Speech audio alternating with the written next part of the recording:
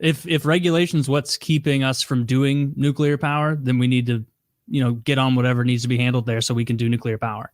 Because it's just the most efficient. It's the most effective. It's pretty much forever. It seems to me we should have. There's no downtime. Why is it the most efficient? It's the most efficient by far. I got into reading about this a few months ago. So I found one site that was it's actually the least efficient. And here's the breakdown. And you click two little things on there and you see it's brought to you by the Alternative Energy, Coalition. And the way that they get those bogus instruments or measurements where they're solar's more efficient in this way. What they assume built into that is that solar doesn't require maintenance, doesn't have downtime. Enormous sums of time on solar plants isn't being used because there isn't sun being absorbed. It's much easier to break. Apparently, there are huge problems of this one breaks and therefore a bunch of other ones did, and I have to do a lot more hunting and pecking and trying to figure shit out. Whereas once you get a nuclear reactor going, it kind of just goes. And it's always pumping it out, always. When wind is shut down for huge portions of the year, nuclear is pumping it out. When solar isn't working for huge portions of the year, nuclear is pumping it out. And it's also more central. And so it's not some field the size of New Hampshire that you're having to go through it.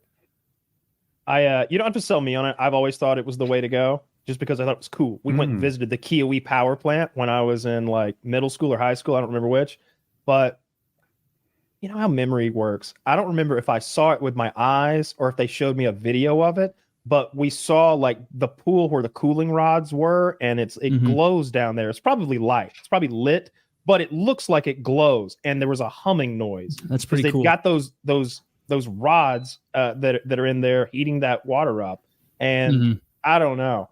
Just walking through there, of course, it's a prop. You walk through a whole learning annex. And it's the other kind of propaganda. They tell you that a banana is actually more radioactive than this entire power plant, Timmy. Well, unless we have an accident and run out of cold water, which would never happen unless, we did. As long as you keep infrastructure rolling, it'll work just fine. Yeah. It really doesn't seem like a great idea to me to have one in somewhere like Japan, which is earthquake, tsunami, and Godzilla capital of the world. Bad things can happen. They can interrupt your supply of water to keep the thing cool, and then you actually do have that meltdown fiery thing that's scary. But Jesus Christ, why can't we fill Montana up with those cooling towers? Exactly. Dude, nuclear is the coolest energy form by far. By far. I don't know how energy transfer works as far as for example, if we made a whole bunch of power in Montana, what happens when we try to pump it to Georgia? If we just run a cable to Georgia, a couple hundred miles, far, right? Yeah, I don't understand the details of it. I know you can ramp up the voltage, and then the losses are lower, high voltage AC transfer. But what you called out was probably a little hyperbolic from Montana to Georgia. Yeah, that's way too far. Yeah. Oh, okay. Well, you can't have that. But maybe if you had some Elon Musk battery fields that my nuclear is charging, and then I can put those batteries on diesel-powered trucks and send them to Georgia, because that's pretty much what we're doing now. I don't see anything wrong with this. Every time you plug a Tesla wildly inefficient.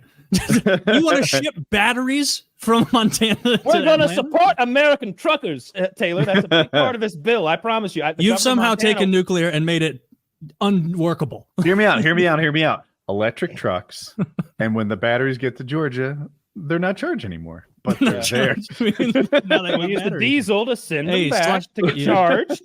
You back, Slush? I have returned. That's how the Biden economy works. I saw this thing.